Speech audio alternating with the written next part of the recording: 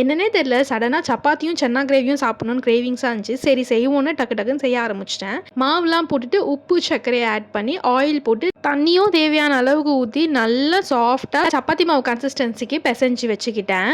Try ஆகாம இருக்கணும்னு oil apply பண்ணி ஒரு 1/2 அன் ஹவர் டூ 1 ஹவர் நல்லா ஊறட்டும்னு தட்ட போட்டு மூடி ஓரமா வச்சுட்டேன்.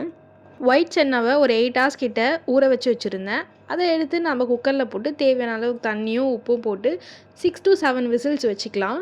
சைட் பை சைட் நான் சன்னா கிரேவிக்கு ப்ரிப்பேர் பண்ண ஆரம்பிச்சிட்டேன். ஆயில் போட்டு கடுகு பொரிஞ்சோடனே வெங்காயமும் ஸ்லைஸ் பண்ண பச்சை மிளகாவும் போட்டு நல்லா வதக்கிட்டு, தக்காளி போடுற அவசரத்தில் அந்த கிளிப் எடுக்கவே மறந்துட்டேன். அப்புறம் தேவையான அளவுக்கு இஞ்சி பூண்டு பேஸ்ட்டும் போட்டுக்கிட்டேன். அதோட ரா ஸ்மெல் போகிற வரைக்கும் நல்லா வதக்கிக்கிட்டேன். Salt, chilli powder, garam masala இந்த 3 தான் இந்த டிஷ்ஷோட மெயின் இன்க்ரீடியண்ட்டே.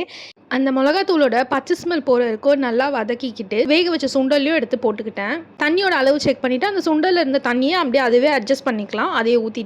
ஒரு சின்ன டிப்பு, இந்த மாதிரி சுண்டல் கொஞ்சம் எடுத்து போட்டு அரைச்சி அந்த பேஸ்ட்டை நீங்கள் கிரேவியில் போட்டிங்கன்னா நல்ல கிரேவியோட கன்சிஸ்டன்சி சூப்பராக இருக்கும். கிரேவியை நல்லா சிம்மில் வச்சுட்டு கொதிக்க விட்டுருங்க, ஆயில் பிரிஞ்சு வர வரைக்கும். அந்த கேப்பில் நம்ம சப்பாத்தியும் உருட்டிடலான்னு சப்பாத்திக்கு பால் பண்ண ரெடி பண்ணிட்டேன்.